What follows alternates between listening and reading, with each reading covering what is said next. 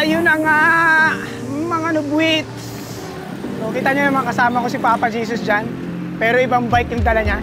So, papunta kami ngayong Mount Oro. Susubukan namin kung kaya bang akyatin ng gravel yun. Well, feeling ko naman kaya ng bike. Ako lang yung hindi. Pero yun nga, kaya ba ng gravel bike akyatin ng Mount Oro? And then, kaya ako naman dinala tong dalawang bikes na to. Kaya pinagamit ko kay Papa Jesus dyan yung Cannondale, Topstone. Dala ko naman yung GT kasi ikukumpara natin siya. Pero hindi to sa video na to. Meron tayong hiwalay na video na comparison ng Topstone at GT Grade. Pero hiwalay na video yun, hindi ito yun. I-shoot lang namin ngayon para hindi sayang yung araw namin.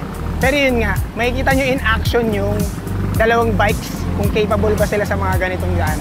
Which is alam ko namang capable to. Anyway, yung last ride namin, yung na medyo mahaba-haba, yung Marinduque pa. Nakasama ko si Papa Jesus dyan, naka si Mel. Kung hindi nyo pa napapanood yan, panoodin nyo na yan. Dalawang parts yan. Ang saya niyan, nakakatawa yan. Gayun pa man, napakainit. Kasalanan ko talaga to Dapat maaga kami pupunta rito. Pero umakit yung legs ko nung gabi. Kapag sabi ko hindi ko kayanin ng sobrang aga. So, ayun. Kita nyo naman, via Litex Road kami dumaan. Sabi kasi ni Papa Jesus, dyan, pag nag-San Mateo kami, maraming liko-liko. At least dito isang diretso lang. Hindi masyado nakakalito. Kahit di kami magmapa. Luwag ng kalsada. So, parang nasa disyerto kami sa init. So yan yung Cannondale Topstone. Ganda din ang kulay. Kung itatanong nyo kung anong oras kami umalis, magka-alas 3 na ngayon. Kaya tirik na tirik talaga yung araw. Tirik araw, walang tubig. So parang ito na yung last ride ko sa GT. Kasi itong GT na to, isusoli ko na to this week. Kaya ito na yung last ride ko sa GT na to. Yung Cannondale, magstay pa sa akin yan ng mga ilang weeks. Pero itong GT, goodbye na to, goodbye. Kaya iratsada na natin sa matinding ahon. Mga bulubundukin. Anyway, thank you nga pala sa RD Cycles sa pagpapahiram ng mga bikes. RD Cycles, baka naman. Itong mga bikes na to, demo bikes to ng RD Cycles. So, marami ng mga gumagamit na ito. Alam ko yung Cannondale na yan, yung gamit ni Papa Jesus dyan. Nagamit na ni DJ Chacha yan. O, ito na. Yung isa pa sa ayaw kong amoy. Amoy blade. Pag inamoy mo, parang biniblade yung ilong mo sa baho. Anyway, dahil summer na, meron nga pala tayong top 10 tips para sa tag-init. So ano ba yung mga pwede mong gawin pag tag-init pag nag-ride ka? So yan, may video tayo dyan. Lalagay ko sa description, sa cards. Panoodin mo na lang mamaya after ng video na to. Marami tayong mga useful tips dyan pag nasa initan tulad ng ganito. So alalay kami dito, ang daming sasakyan. Gusto man namin bumitaw. Scary kasi hindi mo alam kung anong mga nasa isip itong mga driver na to. Alalay kami. Pag mga ganito, alalay kayo. Tulad yan, no? Alalaki niya, no? Pagkamali ka dyan, dali ka niyan. So, yan yung bundok. Saan pa dyan yung Mount Oro? Alam ko sa likod pa niyan, Bahala na si Batman. Napuntahan na namin yun, pero naka-mountain bike kami. Ngayon, gravel naman. So kung naka-gravel ka, malalaman mo kung kaya mong umakyat doon. Ay, ang halikan mo, parang disyerto. Parang disyerto, sir. Ayan, gravel. Oh, literal na gravel. Ang payo namin, mag-akit kayo Mount Oro, umaga kayo yung tipong pabukang liwayway. Tama ba yun? Bukang liwayway? Pabukang liwayway para malamig pa. Though ngayon, mainit yung araw, pero yung hangin, malakas kaya parang nakokontra din niya. Okay na din. Kamusta yung Topstone? Anong initial feel? Bagay sa akin. Bagay sa Binitaw muna ang buho ko si Papa Jesus. Celebrate small or big wins with your special ones. Come to Brew Brothers Cafe, your destination for celebration. Last time yata hindi tayo dito dumaan, no? Dito rin. Papunta? Oo. Dito pa tayo noon? Ang baka tumatak sa yung daan yung Parawagan. Pwede, oo nga. Wawa. Pero may naalala ako dito, yung putik na kulay semento. Oo, dyan yun, sa baba. Last na punta kasi namin dito, basa, may putik na semento, kulay gray. Ang dumi tuloy sa bike. Dapat pala bumili tayo ng Ray-Bay Sa mata walang shades. Naalala ko tuloy si Mel, bumili ng Ray-Bay. Meron kasi yung Genesis dati, na transition pa. Kaso pinitik. Hindi ko alam kung sinong kumuha nun. Kainis. Napitik, sir. Napitik ang shades. Ito yung part na maputik. Buti naman ngayon tuyo. Tuyo ang daan. Hindi maputik, buti naman. Yung pagbasa kasi dyan, kulay gray yung putik eh. Ang hirap linisin. Buti pa to si Papa Jesus dyan, naaalala niya yung daan. Ako hindi ko maalala eh. Wala pang cyclo yan. Sagad na as. Lo. Bitin to sa akin. Bitin? Ano to? 30 to 32? Pangkarera yung gabel na yun. Kala ko meron pa. Hindi ko alam kung 30, 34 yata yan. Hindi 36 to, maliit to eh. 34, mga 34. Malalaman nyo yan sa bike check video niyang Canon Day. Itong part na to medyo semento pa. Pero burog-burog na din. If we had an exchange of heart, you feel the pain when the memory starts. If we had an exchange of hearts. Ito na yata yung simula ng pakagat doon. Ito na ba yun? Ito na yun, oh. Di pa. Di pa! Ano ba yan? Para tayong maahon ng shotgun, ah. Ito yung mainit na ayoko, masakit sa balat. Wala man lang hangin. Dapat dito natin dinadala si Edward eh. Nakasasakyan siya. Tapos bike tayo. Tapos kakam tayo sa taas. Tapos lahat ng mabigat. Nalalagay sa kanya. Usually may naniningil dito ah. Weird no, wala nang naniningil. O tuwing umaga lang yun. Ito na yung start. Ito naalala ko na to kasi doon nga may naniningil dati doon ng environmental PA. Damdam ko yung bigat ng katawan ko ngayon. Ikaw mismo yung mabigat? Oo. Pumupo ka ba bago? Kasi 2 linggo akong di nag-bike talaga eh. Ah, dahil wala ka ensayo. Ha.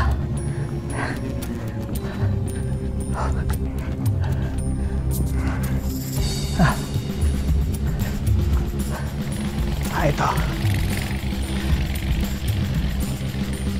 Medyo rideable.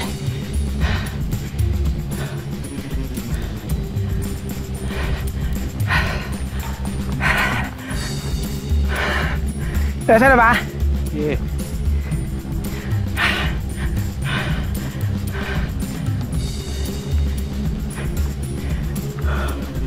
Ganito nga pala rito.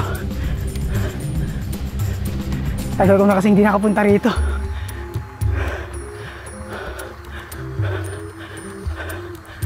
Bato.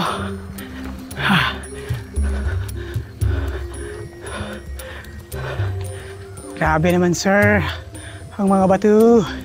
Isang maling linya. Bagsak. Diba? Kaya naman ng mga bikes.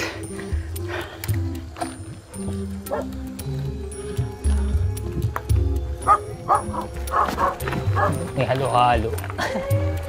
Sana meron sa taas niya. Okay, ito yung matarik na part. Yung siko. Alam ko na to, dito ako magtutulak.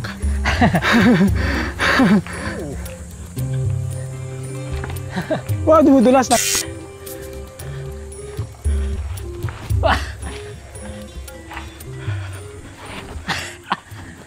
Dumulas na. Dumudulas na.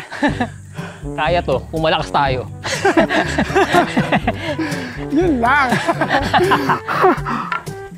Dumudulas na eh. Parang gusto ko uminto ng mga 3 araw dito sa pwesto na to. Dito pa kasi mag-check, pwede naman sa yung Neapolitan. Oo nga, pwede namang umahon sa Neapolitan. Ahon kang Neapolitan, no? Kala mo naman ahon tayo. Pwede naman, pagbalik natin. Okay na yata ako. Wala, madalas yung ano dito, yung abo, pulbos eh. Dapat ganito kaya, lang. pero sobrang tarik, medyo dumudulas na yung mga tires namin. Dapat ang gulong nito, 700 by 200C. Ang laki nun. Fat bike. Dapat dito, Mount Tulak ang tawag eh.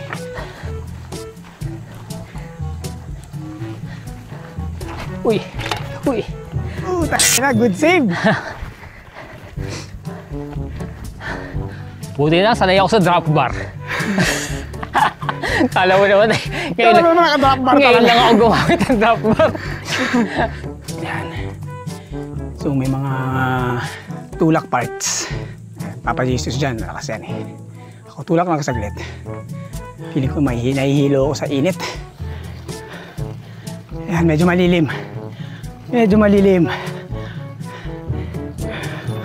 Bagalan tayo.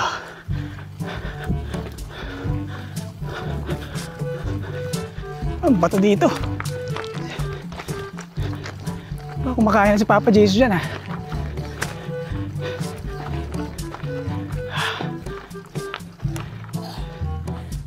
Grabe. Init. Pabili nga po ng buko. Nakalimutan kasi na kanina.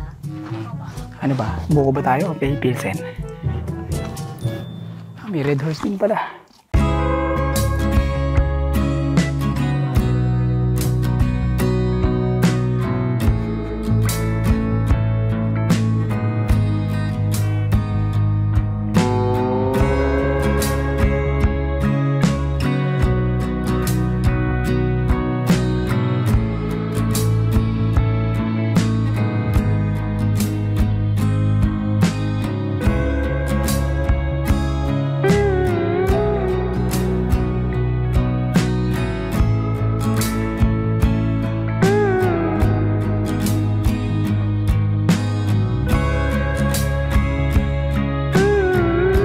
Go! Nga! Nga! So yan, akat na kami ngayon. Nagpababa lang kami ng araw para golden hour! Golden hour yung shot. Para pogi. Bakit namin nilalakad? Bakit ba? Anong pakialam nyo? Kakakain lang namin, di ba? Diba? Anong pakialam nyo kung nilalakad namin paakyat? Baka kasing dami eh. Gusto ano eh. Alam mo yun, Mga purist na malalakas. purist na malalakas. Pero yung sasabihan nyo na, ba't di nyo na, hindi nyo na, nilakad nyo na. Wala kaming pake. Kami nga, naahon namin yan. Walang stop eh. Ngayon, parehas lang naman tayo nakaakyat ah. Oo nga. Hindi naman, napagod din naman kami. Paras lang yan. Yan. So may mga tao din na pumupunta dito para lang mag-chill. Parang si Kuya pumakit lang dito para mag-chill lang. Tsaka itong mga to, kanina pa nag-chill itong mga to eh. Yan. Kanina pa nag-chill yung mga yan eh. Oh. Chill kayo dyan ah. Ay, alam nilang sila yung pinag-uusapan. So yan, ito na yung taas nung...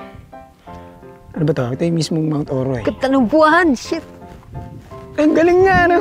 So, kung ititignan nyo, sarap tumambay dito. Ano dyan? Anong plano natin? Kailan tayo magka-camp dito? Sa tamang panahon. Sa tamang panahon. Ward! Calling Edward. Ay, kay CL pala kami magpapaalam. Si CL na nanonood yan. CL! Sasama namin si Edward, nakakotse siya. Kami nakabike. Magka-camp kami dito ng 3. I-spooning kami 3 sa isang tent. Naghahanap ka ba ng bagong bike? Meron tayong 500 peso off discount pag bumili ka ng bike or bike frames dito sa website ng RD Cycles. Alam ko madalas free delivery pa sila nationwide. So huwag kalimutan ilagay mo Forever Bike Noob sa checkout para sa 500 peso off discount.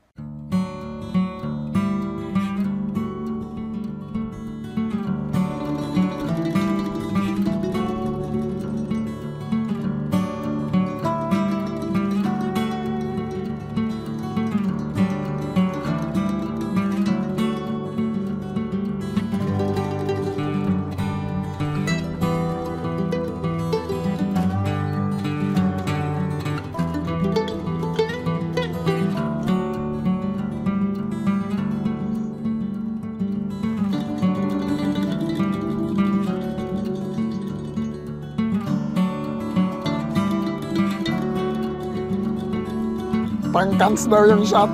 Cans.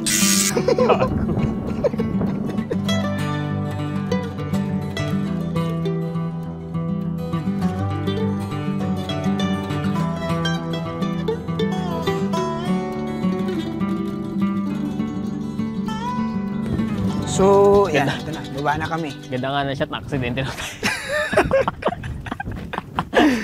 Dahan-dahan lang naman eh. Ayaw mo bang babalita sa news? Pero itong sure, yung dalawang mamaya, cans yun. Oo.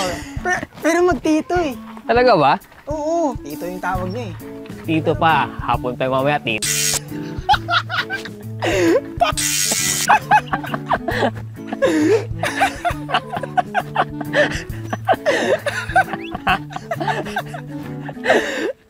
Yung kasama na ito, puro blip po.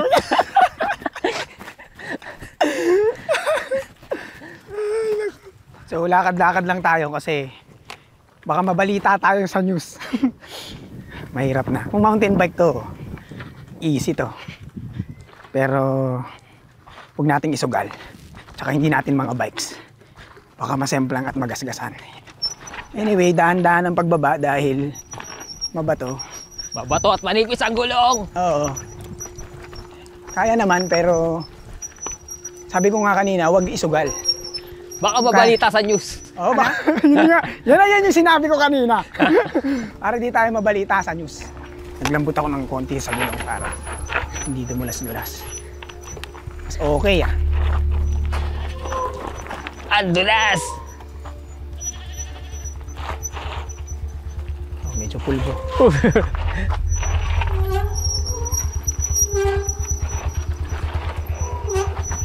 O, dandahan. Kaya namang i-ride ng gravel dito sa Mount Oro. Medyo mahirap lang pero kaya naman. Mas madali kung mountain bike kasi medyo malalaking bato dito. Pero kaya. Kaya ng gravel. Yun lang. Mabagal ka pag pababa. Pag naka-mountain bike ka dito, mabilis babain yan. Mas may confidence kasi may suspension eh. Tuwang-tuwa siguro yung mga nagda-downhill dito, no?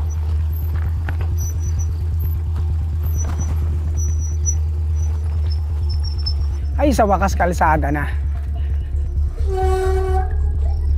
Ay. So, yan. Kalsada na ulit, sir. Ang sarap na pumadyak eh. Kaso ang lambot ng gulong ko. Pero yun nga, ang sarap ng pumadyak kasi malamig na, hindi na mainit. Lusong na. Lusong na.